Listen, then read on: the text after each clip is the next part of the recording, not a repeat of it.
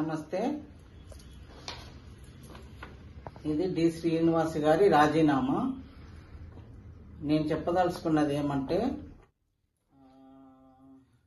కాంగ్రెస్ వాళ్ళు కానీ మీడియా వాళ్ళు కానీ ఇటువైపు రాకండి దయచేసి. ఇది నేను చెప్పదలుచుకున్నది. నమస్తే.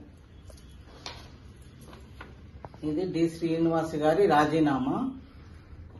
నేను చెప్పదలుచుకున్నది ఏమంటే,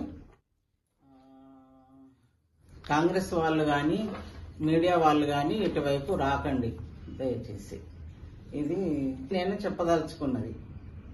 నమస్తే.